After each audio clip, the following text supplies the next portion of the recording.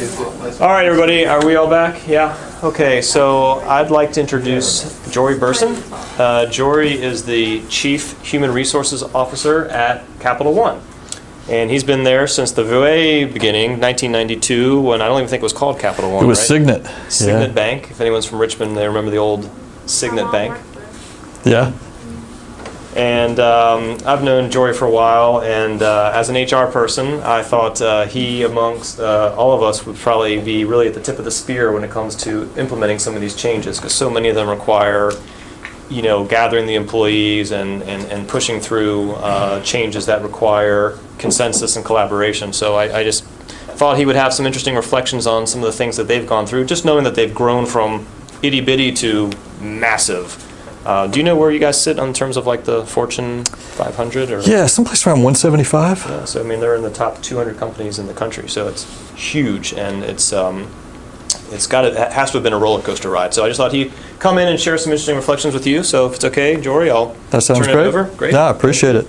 And I saw some of the things that you guys are focusing on from a change standpoint, and it's aligned with what you're really trying to do in terms of how do you have a vision? How do you get people excited to create change? Because people generally don't like change, right? It's going to be kind of scary. So what is it that gets them interested enough to do something different? How do you get some metrics? How do you get people moving? But I would say beyond all that, it still comes down to the same thing that you deal with every day, which is trust. So like every interaction, if people trust you and you're building up credibility and they think you're doing this because you're trying to do something that's good for customers or that helps the people that work there, they buy into the change management. If they don't and they think you're just worried about your own career or how you're going to look good, nobody's going to be very helpful, and people are generally pretty passive aggressive about things. And we've gone through like this amazing amount of change. So when I started, it was 92, and it was Signet Bank, which was I hope you're not offended by this, but a pretty small, not terribly successful bank based in Richmond.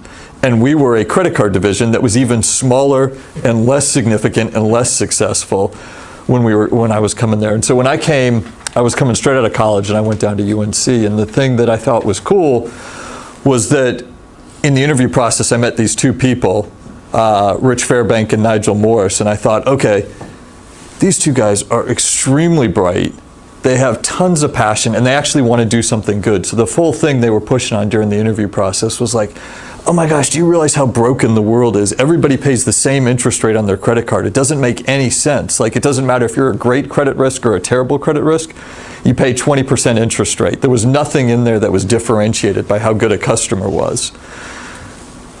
How do we use all this data where you can separate people into great customers and people that probably aren't going to pay you back, and then we can offer really better pricing for people, so people are wasting all this money where they're paying 20% on their credit card, where the good customers really should be paying less than 10%. It's like, that sounds like a pretty cool thing, big opportunity to save people money. I figured I'd go there for 2 years, go get an MBA, and then figured out what I wanted to do. Next thing you know, I've been working there 25 years, and this is about as close as I get to an MBA program. So it's clearly I'm not too qualified from this aspect, but it's been a fun ride. And everything is about change, right? Because when I started, it was a couple hundred people. We're now 50,000 people. We were making maybe $20 million a year. We now make $4 billion a year. No one had ever even heard of us. Now, for better or worse, pretty much everybody in the country's heard of Capital One because we run an insane number of commercials, and you almost can't turn on the TV without seeing Samuel L. Jackson or Jennifer Garner or Charles Barkley talking about us out there. But if you don't keep changing, there's no way we still would have succeeded. So for us, the changes were about, one, how do you actually spin off and become a real company? And I will tell you, if you ever go through that process and anybody pretends they know what they're doing in that case, they do not. Like, you're just figuring it out as you go. You don't know. Basically, we had a few people that knew how to market credit cards and set credit policy. And next thing you know, we're a public company and we're trying to figure out, like, how do you actually have quarterly earnings calls? What do you talk to investors about? How do you put out earnings forecast? What do you do on all these dimensions? So anytime you hear about like an internet company that's going public and their valuation is huge, odds are they're scared as hell and they don't have an idea what they're doing, but you just figure it out as you go, but you've got to change on every dimension. Then for us, along the way, we got to this place of, we're this really big company and we were making lots of money, But the only place we were getting funding was from securitization. So if you're familiar with those, you came up a lot during the mortgage crisis of effectively people would package mortgage loans and then sell them off. Well, effectively we were packaging credit card loans. It's not a very good way to get funding though, because those markets dry up. So what we had to do was buy all these banks so that we could have bank branches so that you could get deposits coming in where people would set up checkings or savings accounts with you so that we could actually get funding, which worked out really well for us, because if we didn't do that in advance, we would not have survived the recession. Because when the recession happened, all securitization markets shut down. We wouldn't have been able to get any funding and we would have basically gone away. But because we had bought 3 banks of size and we had about 1,000 branches and we had, at the time, $100+ billion in deposits, we could make it through that time period in a pretty smooth way. But as all of this was going on, there was always this element when I was working at Capital One where, like, I loved the fact that we were trying to do the right thing generally. Loved the fact that it was really a good place to work. People generally liked working there. We had done very well for investors. We spun off at a stock price of about 5, and we had gone up. Right now our stock trades right around 80 bucks. So it had been a nice run along the way. But even if you go back a few years ago, our stock was probably trading at about 60 bucks. What I didn't like, though, was any time you said you worked for Capital One, there was kind of like this moment where I would have a cringe, especially in Richmond, which is a pretty heavy town where we've got, I don't know, 11 or 12,000 people who work here. So if you say you work at Capital One, somebody's probably going to have a story about the place. But anytime I say I worked at Capital One, my first thought was like, odds are somebody's going to complain about their service. They're either going to say, I tried calling you guys and I couldn't get on the phone with a human being. You guys gave me a late fee. You gave me, you repriced me. There was an over limit fee. There was going to be something coming that was probably bad news. That's not a great feeling. And at the time I'd been working there for about 20 years. And you don't want to be in the spot where you're kind of embarrassed of where you work, even though you know you're trying to do the right thing. In a lot of ways we weren't delivering for customers. But we were being very successful at the time. So from a standpoint of what our earnings looked like, this is the way the picture looks. Now, this is a pretty good picture when people are looking at a public company. It's got the slope you want. Even during the recession, we were one of the few banks that didn't lose money during a recession. If you're talking about Bank of America, JP Morgan Chase, Wells Fargo, generally they were all losing several $billion during the recession. We weren't making as much, but we were still making, almost $1 billion. But this is the chart you're looking at. So this is where we are in 2013. We're making $4 billion a year. We'd been on this track. Now, how do you completely change the company with this approach? So on the positive side, we've got the benefit of we still have our founder running the place. So when I mentioned when I came out of school and I was interviewing with this guy, Rich Fairbank, and the other guy was Nigel Morris, I ended up working for Nigel for a bunch of years, and I had a whole bunch of different jobs, and I got to run the credit card division and a bunch of our other lines of business there before I moved into HR, which is probably good because I might have more credibility on the credit policy side, very little on the HR side, but I get to work with a lot of people who actually know what they're doing, which is a positive. But by having a founder, you can actually change the culture. If we just had a normal CEO that had been there for a while, it'd be pretty hard to go to the board and say, we're making $4 billion a year, but we're going to change everything about the company. Obviously, people would say, why? What are you doing? But there was a sense of this isn't that sustainable because we were still making most of our money from over-limit fees, late fees. Customers didn't like us that much. Our net promoter scores, are you guys familiar with that term? Our net promoter scores weren't terribly high. Our attrition was high. We knew we had to create a whole different relationship with our customers, and that then became about the mission. So the whole thing became, where are we going to go and how are we going to bring a mission into this? And Rich focused very heavily on this, and he didn't outsource this to somebody else. He didn't hire a consulting firm. He didn't get a bunch of us in there. From a top-down perspective, he came up with the wording as to what we're going to do. Now, I will tell you, I'm about as skeptical as anybody you're going to meet on something that is a mission. We could go look at any company that you've ever heard of, and they will have a mission that on paper looks really good. I've looked at Enron's mission, looked beautiful. Wells Fargo's had a pretty rough run recently. Their mission looks as compelling as anything I could put on here. But I would argue this is what became real at our company, and that's what I want to talk to you about, is like, how do you actually change this to make this real? So change banking for good. It does mean to have both aspects of good, both for the better of people and from a permanent standpoint. Bring ingenuity, simplicity, and humanity to banking. Those are not words you associate with banks. Banks are generally a pain to deal with. Humanity is about the last word you'd usually use. Usually they're not that simple. But on every dimension, we tried to step back and say, how are we going to make this real? But the two words mostly to focus on are simplicity. Let's simplify everything we do in a massive way. But more importantly, the single most important thing is make sure that every interaction is with humanity. Like it actually is with heart, it is caring about people. It's not just about NPVs. As our company, there'd always been a lot of focus on what's the highest NPV? Okay, make that decision. The problem with that is that becomes somewhat short-term in nature, and it's based on a static amount of data. Some things you're just going to have to take a leap of faith on.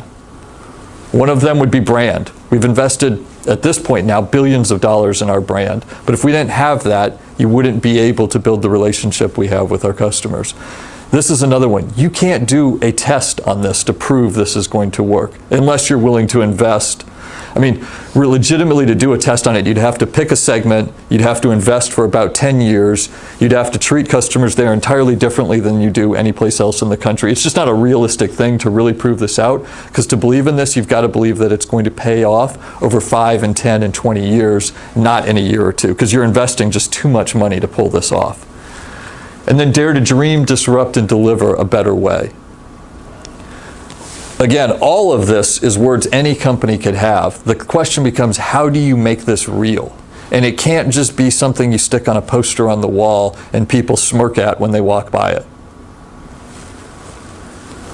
So for us, it meant everything had to change. I mean, legitimately everything. So you have to start with the products. You go from, not exaggerating, hundreds, if not 1,000 different types of checking accounts down to like one. You go from tons of different credit cards to the smallest number possible. Everything has to get far simpler for our products to work. Then you have to focus on things like servicing.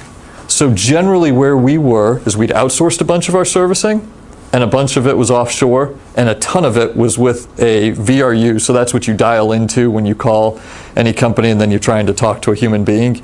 I'm sure many of you find it very hard to actually talk to a human being at most companies. So we had to change on those dimensions. So it was insourcing almost everything, doing almost everything in the United States. Changing it so it was incredibly easy to actually talk to a live human being. Like the second you get on, it's just pretty clear. If you want to talk to somebody, hit 0 is like the first thing we now say. You hit it, there's no waiting. You immediately go to talk to a person. But that, like, just that by itself is this massive amount of change that you have to pull off. Technology. We went from being a credit company and a bank to effectively being a software company, because everything we do has to be with technology to pull this off. Right now, we hire about 2,000 software engineers a year. Every single year, we're hiring 2,000 software engineers to bring in the type of talent. And we're competing with all the technology companies that you're familiar with. And we now have, we can't do it in Richmond because there's just not enough talent here. So we have a very large number of people in Richmond. But to keep up at that kind of scale, we have to have 1,000 software engineers in San Francisco. We have to have a very large number in New York. We have a very large number in Chicago. We have thousands in the DC area, because it's the only way you can keep up with that kind of scale with everything we're trying to change for the company. And we want to be able to do everything through an app, so it is really easy to do business with us as well, because obviously that's where customers prefer to do business, is make that intuitive and real. Metrics. We talk way more about NPS than we do anything else now. So you guys are familiar with it. We obsess about NPS like in a way you wouldn't believe. So it had gone from something none of us had even heard of in 2013 to it is the only thing we talk about now. Every conversation is, what is the NPS of that? How much has it changed? We had to change all the incentive plans. So incentive plans used to be based on stuff, If you worked in a call center, average handle time. How long did you spend on the phone with a customer? What do you think that incents the people on the phone to do? Hang out. Exactly. How quickly? Yeah. Boom. But if you guys call different companies, if you call Verizon, if you call Comcast right now, if you call most banks, average handle time is still one of their core metrics. I imagine you don't find the experience that compelling when you're dealing with them right now. For us, we have two metrics. Two. One is pass-fail. Did everything you do and say, was it legal and in compliance? Because that is a big deal if you work for a bank. If not, it's pretty clear you're not getting an incentive, and there's a question of whether you should be working at our company. But let's assume what you did was legal. The only score that matters is Net Promoter Score for you as an individual. So we're tracking NPS by person with the customers they interact with during the month. And that's whether you work in a branch, whether you work in one of our call centers, any place. That's the thing that drives your incentive. Spend as long as you need to on the phone. Do what you need to from a customer. We put very, very few rules and policies in place right now, which means you need to train people way better. But we used to have all these rules that you must follow. Now it just became, just treat the customer well and do the right thing. That is a way different job. It is harder in some ways, because you can't just come back to, well, the rule says I can't waive that fee. No, listen to the customer, see what the situation is, and do what is fair. Do what is right. But gosh, it changes how an associate feels about their job, and I'll show you some of the things that go with it. But it's kind of scary when you get into this. If you're in a call center and you're used to, I follow the rules and they pop up in front of me, to now, I need to ask a ton of questions and decide for myself what the right answer is. Talent completely changes, because in call centers you were going from people who follow rules to people who can problem solve. At senior levels, you don't want just people that can do NPV models, you want people who can do the right thing. So we use this thing called the 4 H's when we're trying to hire people. One is horsepower. I'm not going to deny that. It really matters. Are you good at problem solving? We put people through a battery of tests to see if you're good at problem solving, because that is really important at our company. Following rules, not so important. Problem solving, really important. Second, humility. Are you humble? Do you still want to learn? Are you comfortable that you're probably not going to be the smartest person in any room that you go to, but there's an aspect of, do you want to just keep learning and growing and learning about technology? Like at our company, every year we're learning more about APIs, open source, machine learning. If you're not comfortable with continuing to learn new things, you're going to fall behind kind of pretty quickly, and it's pretty daunting for any of us. Like, I don't go in, I have a background in credit policy or statistical modeling or marketing, but I don't know anything about APIs. I don't know anything about machine learning or open source, but you have to learn them very quickly, or try to, or fake it in my case. 3, you've got to be able to have hunger. Do you care about what you're doing? Like, are you going to actually work hard? If you say you're going to do something, do you do it? That's not something to be ashamed of. We want people that are driven. But by far of the 4 H's, the one I am most obsessed with is, do you have heart? Like, do you legitimately care to do the right things for our customers? Do you legitimately care about the people who work at our company? Is it more important to you to take care of the people around you, or is it to get credit for what you're doing? But that completely changed the way we do all aspects of recruiting. So you can't just say, we're going to go with this mission and then go with a narrow approach. Like, you've got to then step back and change every aspect of how the company works, or this whole thing fails. And then culture becomes at the core of all of this. So the culture becomes so important to what you're trying to do. So if you want to drive big change at any company, you have to figure out, what is that culture, what is rewarded, and what are you trying to shift it to? So if we only rewarded people that are great at credit policy still, which has been one of the things we have most focused on in our company's history, because to be fair, what we do for a living is lend money to people, and we need them to pay us back. When I told you we make $4 billion, that's really cool, but we lend $200 billion. We don't need many people to not pay us back before that $4 billion goes away and we're now losing money. So it is a really important skill. But if we only focus on rewarding that, we're never going to change the culture. We're never going to become a mission-driven company. We're never going to become a different entity like we're trying to become. And you can pick any area, like say fraud, for example. let's say you're running the fraud area. Is it your job to lower losses and make sure that people don't commit fraud? Because when somebody steals a card and commits fraud, it's not really the customer's problem, it's ours. But most people don't know that. They're worried because it's going to be theirs. So in the past, we would have focused on what are our fraud losses? What are the percentage on that? Now, the shift is way different. So the conversation becomes, let's focus on what is best for a customer. So if you've had fraud committed on you, what are some of the things you guys might be worried about? Okay. What's that? Am I going to be refunded for the fraud? Yes. Do you get hit for it? That's clearly on the top of the list. What else is frustrating for you guys? What's that? Credit reporting. Credit reporting, yeah. The process. My personal information. Yes. Am I going to get a new credit card or bank account? Which is a pain. Yeah. All of those things are exactly the things that come up when you talk to customers, but that then changes what you do. So now you make it really clear first thing to the customer. You don't have to pay anything, like take a deep breath. This is ours. We will take care of you.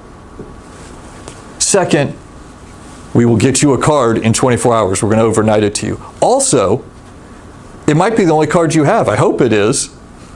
So we're going to text you a new credit card number, and you can use it and turn it on and off wherever you are. So if you're going into a restaurant, just turn your credit card on, do your transaction, and then turn it off again as you're moving forward. We also one of the things that's really frustrating when you get in new numbers, do I have to call up all those companies that I do automatic billing on? Do I got to go deal with Netflix and iTunes and get all of this set up now? No, we now do that automatically for people because we know that's one of the biggest frustrations. Those things are very different, but it changes the experience from like this really scary thing of like, gosh, this is the worst thing that happened to me. I now have to call a bunch of companies. I don't have my credit card for a couple of days. Are they accusing me of being a criminal too? Probably the biggest loyalty building thing we have is when a customer has fraud committed on them because they come away and go, I cannot believe how easy that was. That company completely looked out for me. They were very kind to me during the process. I never had to stop shopping, and I didn't really have to worry about anything. I never had to call anybody to get something turned on. So you turn it from this negative to a huge mission-defining thing. Every single interaction we've tried to look at with our customers in terms of the setup. So in the card space, it leads to a ton of stuff. Our products now, a few years ago, you could have said just, I've got a Capital One credit card. Now, people just think of either Venture or Quicksilver. It's either I get rewards on my miles, or I get cash back. Those are about the only two things somebody thinks of when you think of Capital One. It's either Samuel L. Jackson and Quicksilver or Jennifer Garner and Venture. But it's really simple and clean, but it allows us to do things in a far better fashion for people because we have two products, not thousands of them, which we did in the past. But then everything with technology.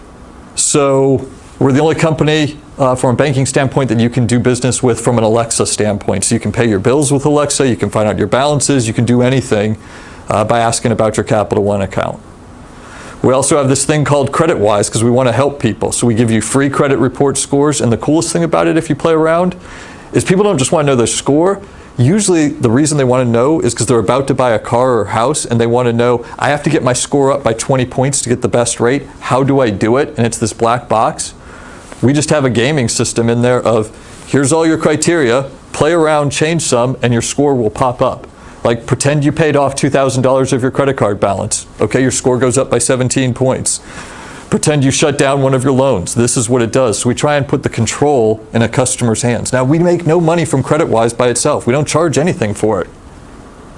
But it builds up a lot of loyalty for customers, and they want to do business with you.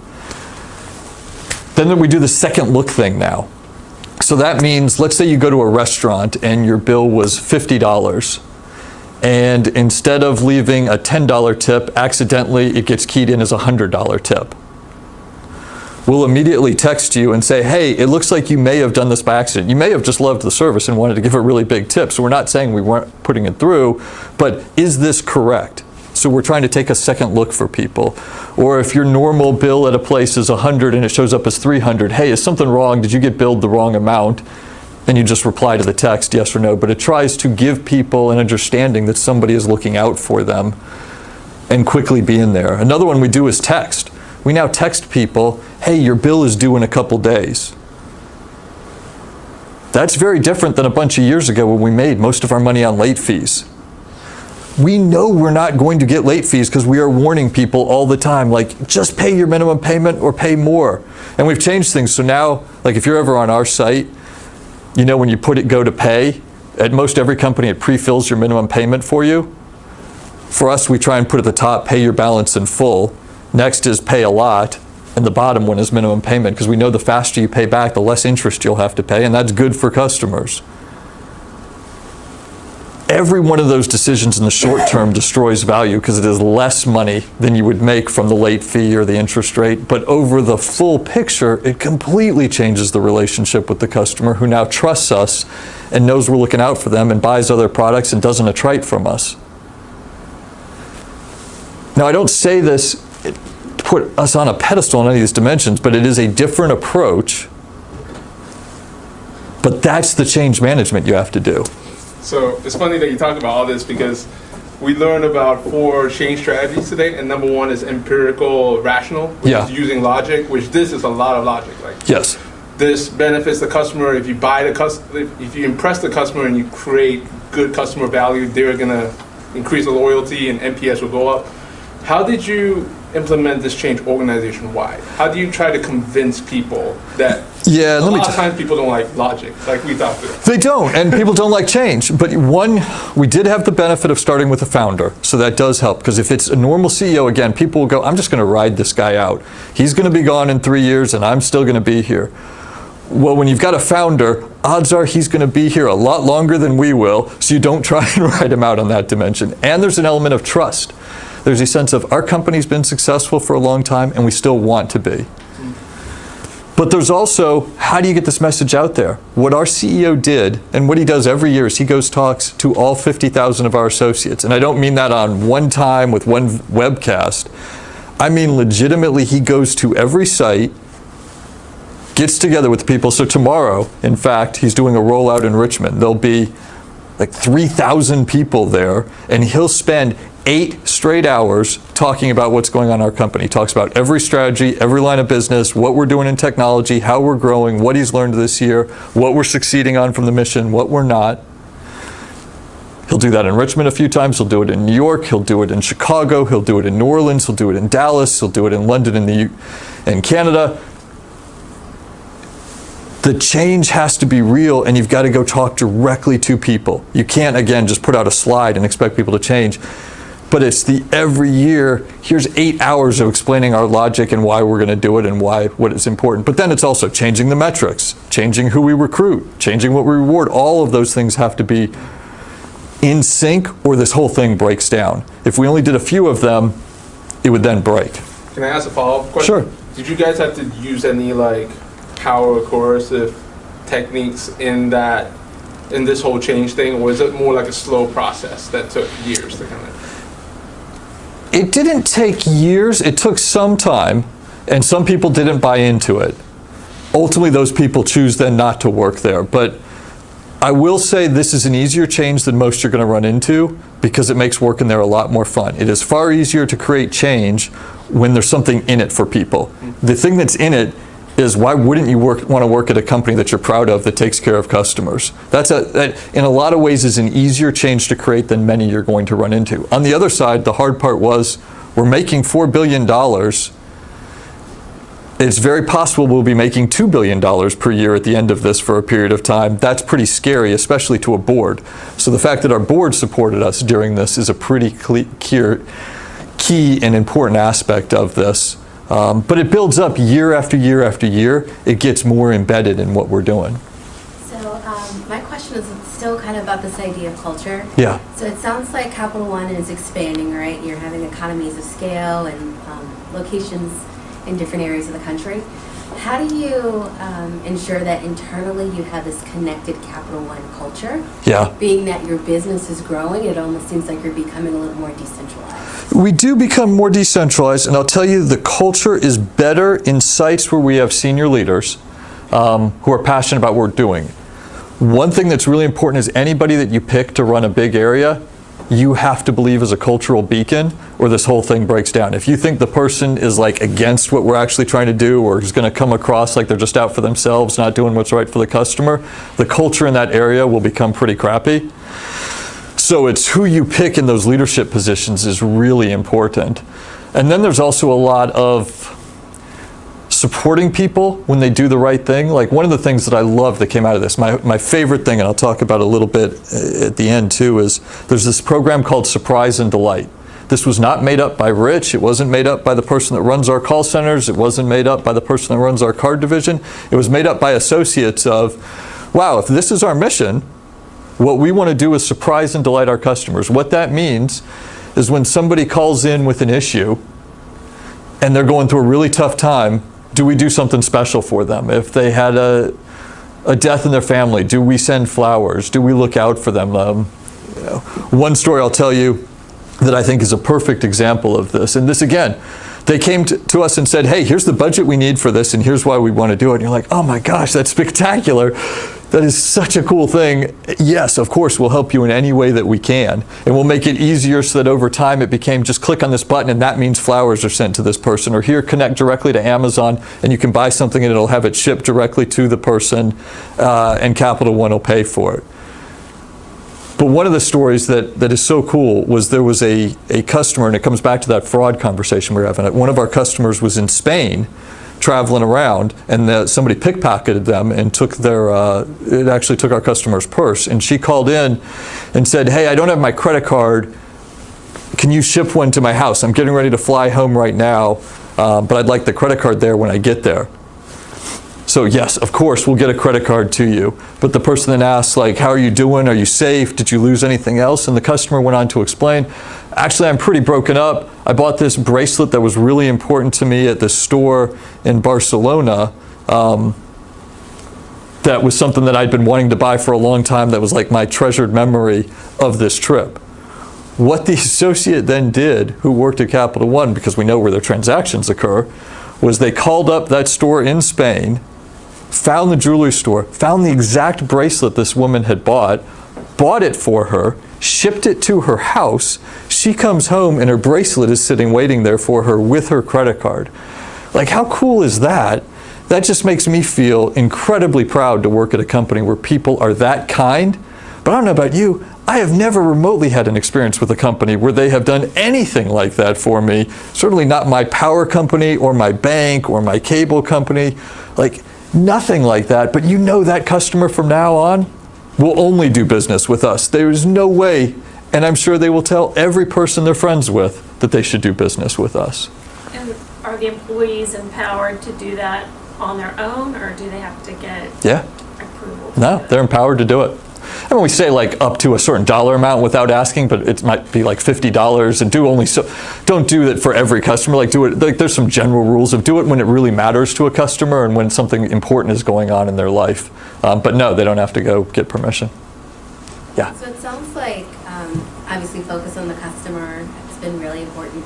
So you only showed us the profits for like 2013. I know your stock price is $80. Yeah. What were your profits for 15 and 16, and where do you see for 17? They were north of $4 billion. They were at about $4.5 billion. And then one of the reasons that I showed that up through there was that was the chart we're on. Yeah. But then, yeah, that's exactly the thing of even with all this massive investment that we're putting into this, we're making the same or more that we were before, and we are creating way more NPV than we ever did before. So the amount of NPV we actually generated last year and the year before were the two highest in the company's history, but we're investing so much in marketing and in digital and technology.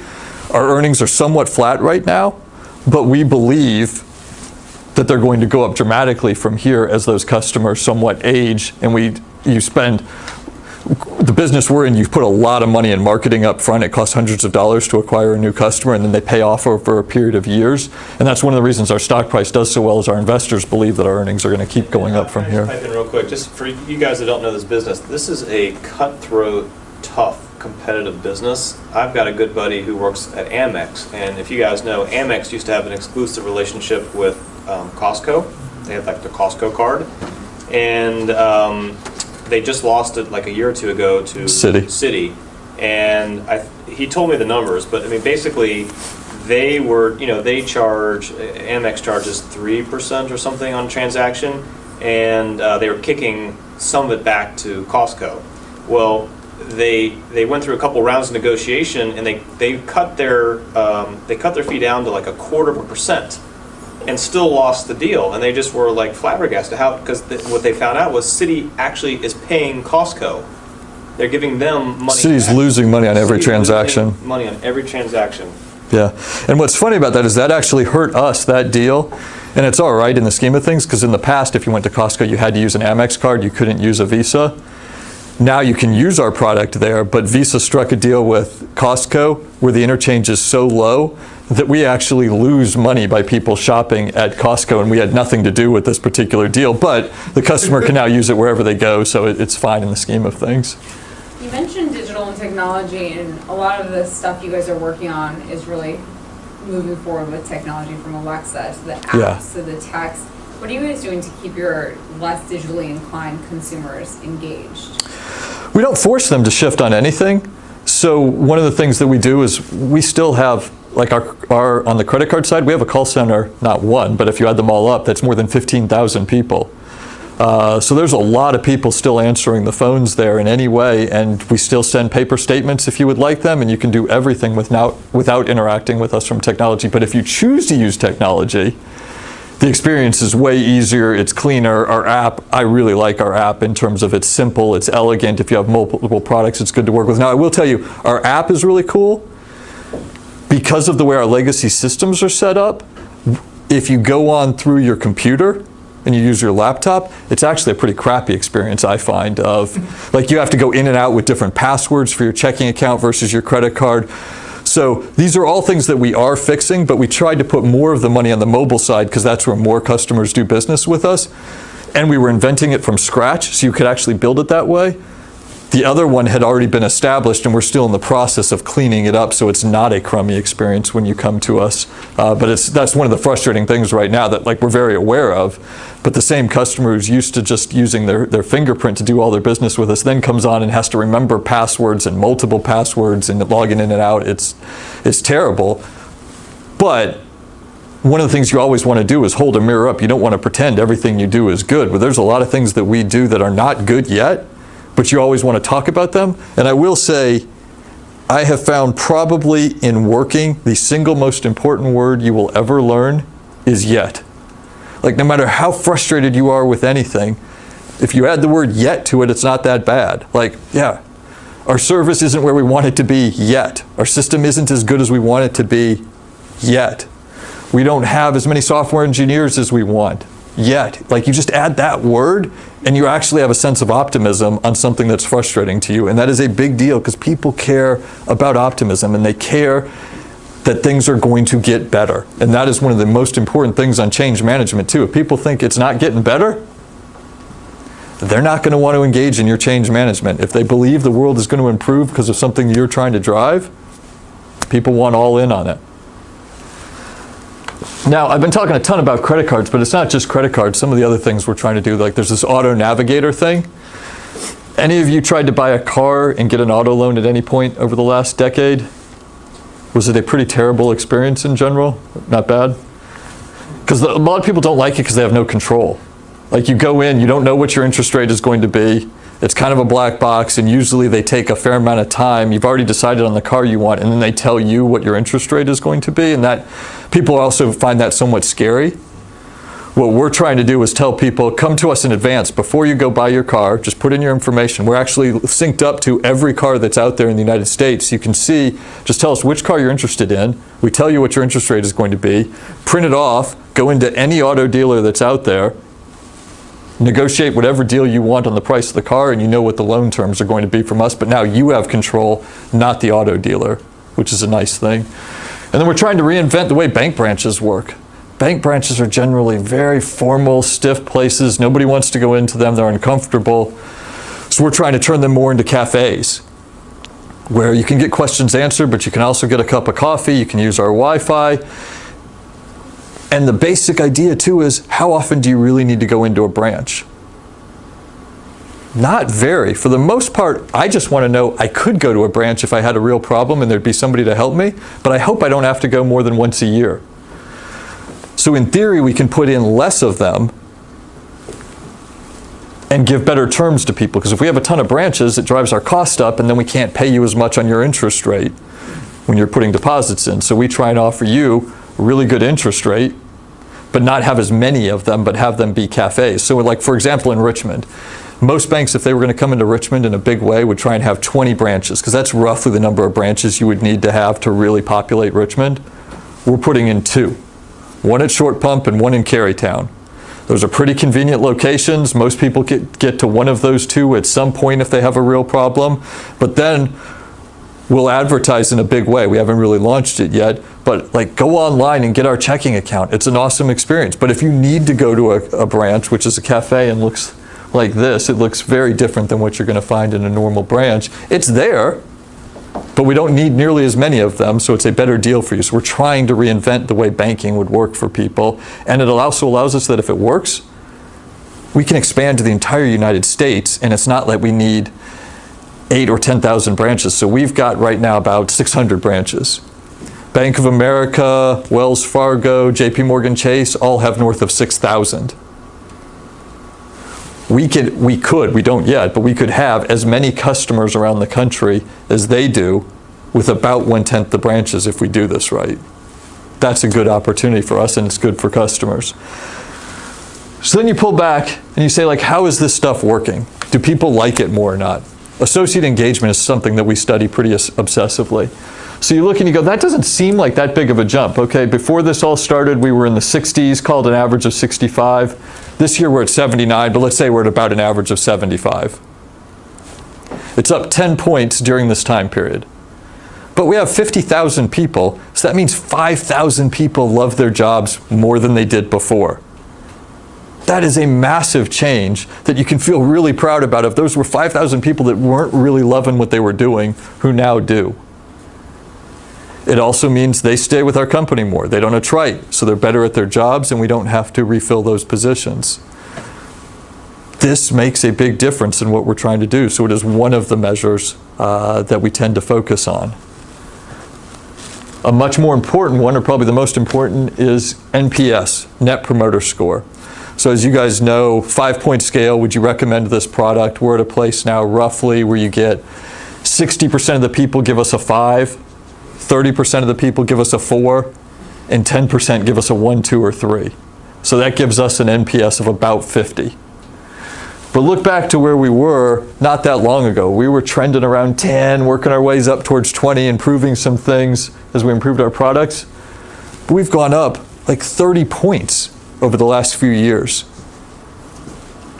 That is, I would say, borderline impossible to pull off. This is way faster than I expected this to come. I thought this was going to play out over more like 5 or 10 years, not over the last 3 or 4 years, because it is so hard to change a customer's perception and to do it in a short period of time, because most people just only interact with their bank so often, and to get them to actually internalize, wow, I used to not like them very much, but now I really do, is not the easiest shift to make.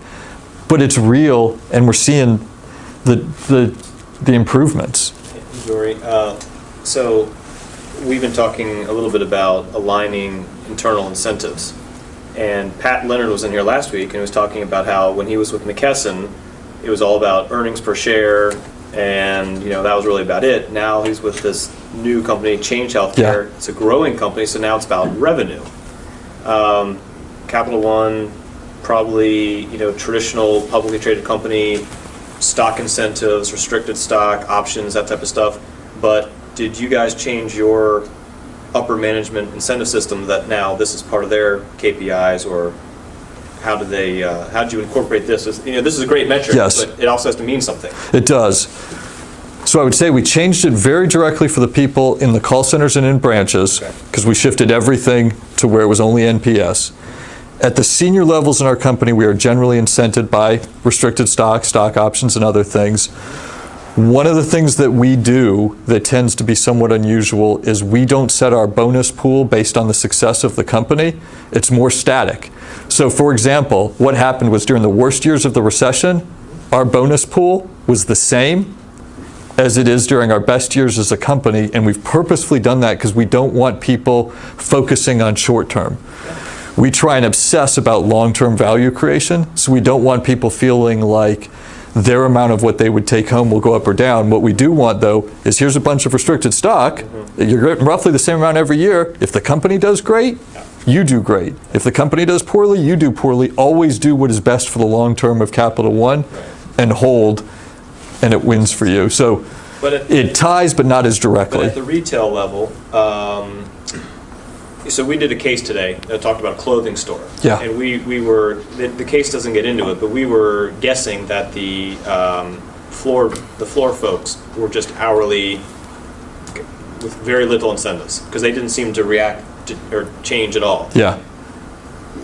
If it's not done poorly, if it's done poorly, call center people, if they get paid the same whether they hang up the phone and are rude or surprise and delight people, it more likely will revert to the former. So yes. Obviously, do they get some sort of a annual bonus or some sort of a quarterly, like, so BP? Monthly and quarterly, depending on where you work. It's either monthly or quarterly, and you get paid out real time based on NPS for you as a person.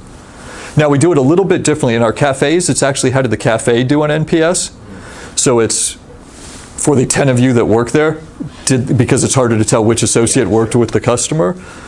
But for call centers, we actually do, you talk to these people, what was the NPS of those customers for that specific interaction, and that 100% drives your bonus. Okay. Yeah, so it really shifted behavior. More transparent than that. Yeah. And while this is at 47, our call center NPS is north of 80. Wow. So the total relationship is 47, but you just talked to one of our associates. Would you now recommend Capital One or not? And it is 81 is what our NPS is when you talk to the people who work there. That's great. What is your response rate on those surveys? It's pretty high because we're doing it right after the call. They immediately just go in and they hit 1 through 5 on their phone. So unless they're choosing to hang up, it's actually pretty high. It's not like sending out a form afterwards that they've got to bother to get back to us on. Yeah. So you've talked a lot about sort of like the internal change moderation that you guys do as a company. But so I'm thinking like from a potential customer's point of view that maybe isn't at Capital One, but you're trying to convince them to come over and join you. There's a lot of, like, I'm just thinking to myself, a lot of burden and tension about thinking about switching banks. Yeah. So what does Capital One do to sort of mitigate that type of change? Like, persuade people to come on over? Yeah, it's really hard. There's a lot of inertia to your point. Now, it depends on the product. People will often take a second or third credit card, and if they like it more, they'll then switch all their business to you. And it's called first in wallet, and that's what you're trying to get to. So that's not as hard. Most people only have one checking account, and to get them to switch is really hard. Things have to be pretty crummy where they are. But we've set up some things that make it easier, where we can do some screen scrape things, where we can actually do, if you have bill pay, we can take the information over in a pretty clean fashion, so you don't have to re-enter all the companies you do bill pay with to make it real. And then the other thing we do is, for the most part, banks give you no interest right now, and we give our customers, depending on which account you have with us, call it 1%. So if you have $10,000 on a yearly basis that you're choosing to keep in like your checking and savings account, you go, okay, that's $100 a year. That's worth a little bit of hassle to switch over. But we definitely, it's a lot easier on credit cards. And auto loans are easier because you have to take out a new one every 3, 5, or 7 years whenever you get an auto loan. Checking accounts are the hardest. There's a lot of inertia. Yeah. So you mentioned your hiring process and that you give people some tests to kind of understand problem solving, and I think it's pretty well known what you have to go through to get into Capital One. What's the part of that process where you're really trying to identify folks will join the company that are open to a culture of change, like what you're trying to support, so that you don't bring in folks who might not support that? Yeah. You'd want to do that, or that you must be doing that well? Yeah, there's a few different things we try and do. One, we go through, for a lot of the positions, cases with somebody. So we're going through a business case. But it's not like you're taking a test by yourself. We'd be working through it together. So you get a pretty good feel for what is this person's style of interaction. Do they partner? Are they like, do they enjoy problem solving out loud? How do they talk through things? And then we have some open-ended behavioral interviews where we also try and do some things where we do what we call top grading interviews, which can be a couple-hour discussion of trying to learn. And we use this pretty heavily for any senior hire, like walking them through, where they walk you through like almost all aspects of, from growing up to companies they've worked at, to things they're passionate about outside of work, like so many things where you're trying to get a feel for who are they as a person and what drives and motivates them, and will they love working here or won't they? And then we do some product management cases. So some of the things are about like, talk to me about a product you love. Why do you love it? What could you improve upon that product? Like whatever it is, what's your favorite app? Why? How would you improve that app? And really get into, is this somebody who is constantly thinking about ways to make it better for a customer and come up with new approaches? And, you know, for the most part, there's a few apps that come up a lot in those conversations. You know, Waze comes up very frequently, but there's a few others that then people talk about. You can tell whether they have a spark and whether they want to do things for customers, or are they just talking about how to make the company more money. That's fine, but then you probably won't flourish at the things we're trying to do now as we move forward. And I mentioned it before, but the surprise and delight piece like is at the core of what we do. So there's another example. I told you about the one that took place in Spain, but there was one that went viral and got us a ton of publicity, where there was this customer, Christina, who called in, and her account had been flagged for suspicious activity because she was buying a bunch of furniture.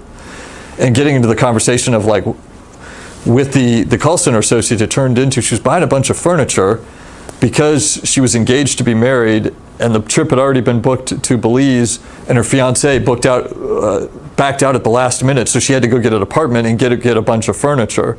Pretty traumatic experience. Call center associate one gave her a whole bunch of miles, because that's something that we can give away, and said, you know, effectively use this to get started on getting a trip going. But then the woman who was talking to her also then sent flowers to her, but sending them to her ex-fiance's house, so that he had to call her up and say, hey, you got some flowers here. I don't know who they're from, but something that obviously was going to make him pretty uncomfortable and make her feel pretty good about the process.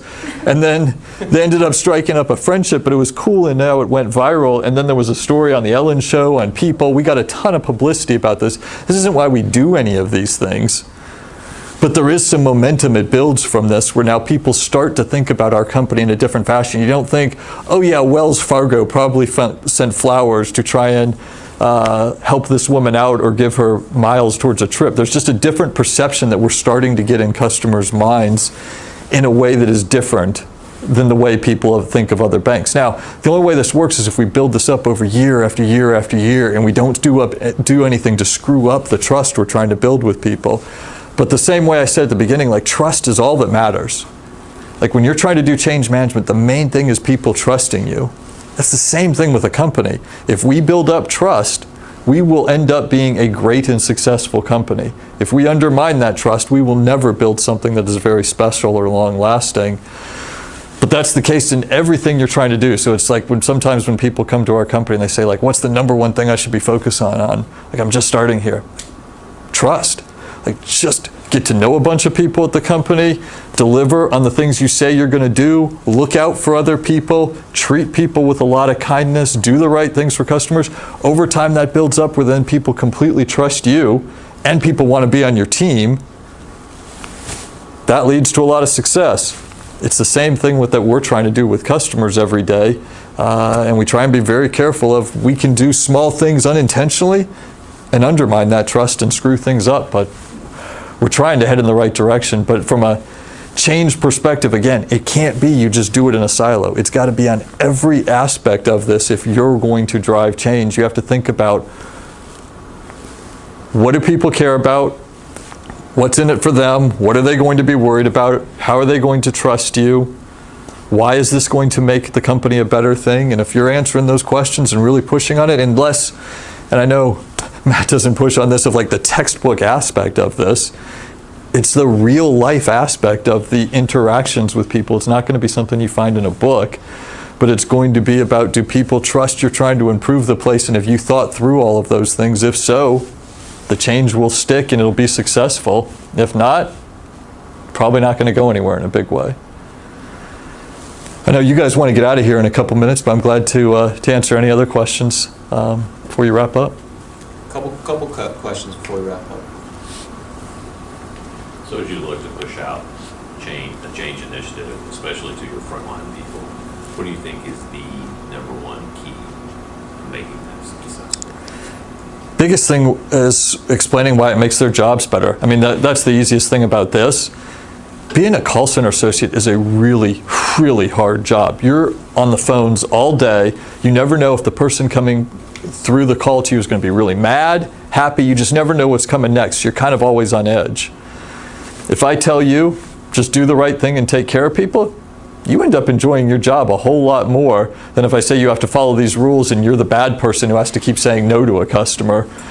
But it's trying to work backwards from why is their life going to be better because of the change we're trying to make. And one of the cool things is when we showed that engagement score and it's 79, it's actually for our call center associates and our associates who work in a branch, which are the hardest jobs and the ones that don't pay very well, it's 84%. And actually for all of our exempt associates and our software engineers and our business analysts and everything else, it's 75. So the average is 79. But the people who work in our call centers and our branches like legitimately love their jobs. That is really hard to make happen at a company because that is such a hard job to do. Since the surprise and delight category is really based off of the individual's understanding of building that relationship and making the executive choice, how do you recognize and kind of promote and celebrate the folks that did those great things besides, Miley Cyrus on Ellen? Yeah. One of the cool things is so often when it happens, a customer writes us a letter or sends us a text or lets us know that something special was done for them. And so then we're aware. And we go back and we make a big deal out of it to the associate of like, do you know you just got this letter from a customer? And so that all their teammates also know how they're being rewarded for it and get to hear about what's going on, which is a pretty cool thing that it's actually feedback directly from the customers. I think we need to send Jory to go work at an airline, the airlines, because God, they don't have any sense of customer service anymore. But one more question. Who's got a good one? Have you met Jennifer Gardner and what's she like? I have not actually met her, but lots of people I work with have, and she's actually supposed to be a very kind, delightful, nice person.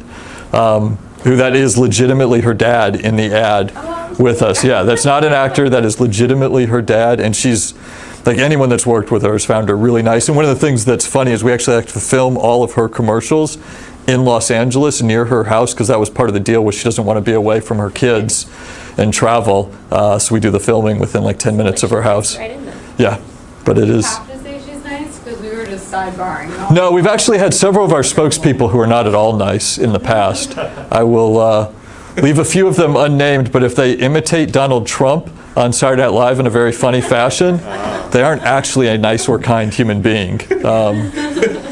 But we've had a few who have been incredibly nice, and then some that are not so great to work with. Thank you guys for letting me join you tonight. Let's give a round of applause. Appreciate it. Small token of our appreciation.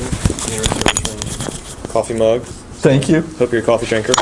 If not, I will share with my wife. Karen will enjoy that. Thank you very much. Thanks for coming in. I'll let you go since it's late. We'll wrap up here. Have a good night, guys. Bye. Oh, and is it okay to share that presentation or? Yeah, sure. Think about it. Let me know before I post it. Yeah. See you guys. Okay, guys. Thanks. Thank you.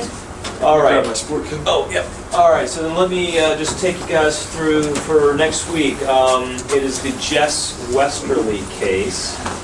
And I posted some questions on Blackboard, so you guys can see that.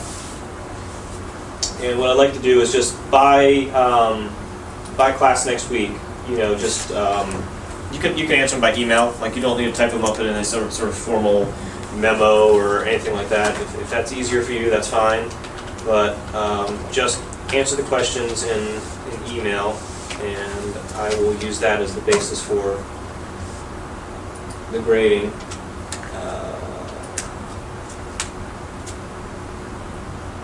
Yeah, so right here. So again, kind of along the same lines of what we did for the young manager's case. 5 questions. It's a lot of just interpretation. There's no right or wrong answer per se. It's more just to see if you guys are following these concepts that we're talking about. I'm really a little bit more interested in your diagnosis of the problem. See if you can't frame it a little bit in the context of what we talked about today. I don't want you guys to get too hung up in the whole normative, re-educative stuff.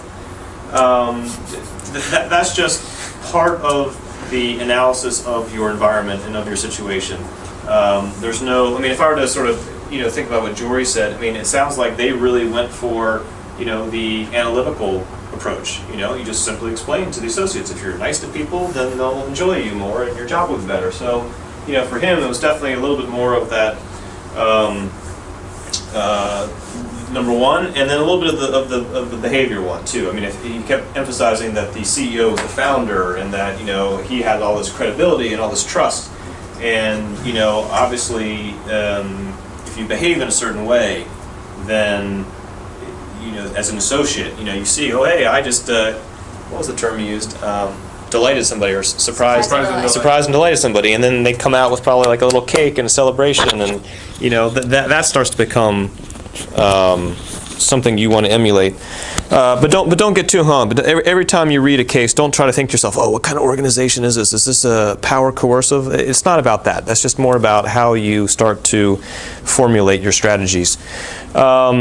So Jess Westerly case. Also, so the next week we're talking about the main topic will be persuasion techniques, and so there's a interesting article I've posted. It's the link is right here. It's from this guy, Robert Cialdini. He's actually written a lot of books. The article that I've posted is just an excerpt from, or a more summary of his research, but he has a whole book, which if you really want to dig into it, it's quite good, but for the sake of this class, just the article.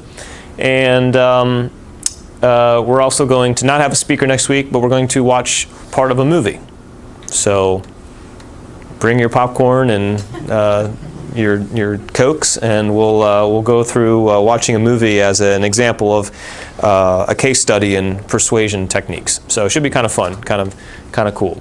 So any other questions before we wrap? So we have a book to read probably 2 weeks from now. Yes, Who Killed Change? It will not take long. It's a quite short book. Yeah. Anybody know they won't be here next week? Okay, no problem.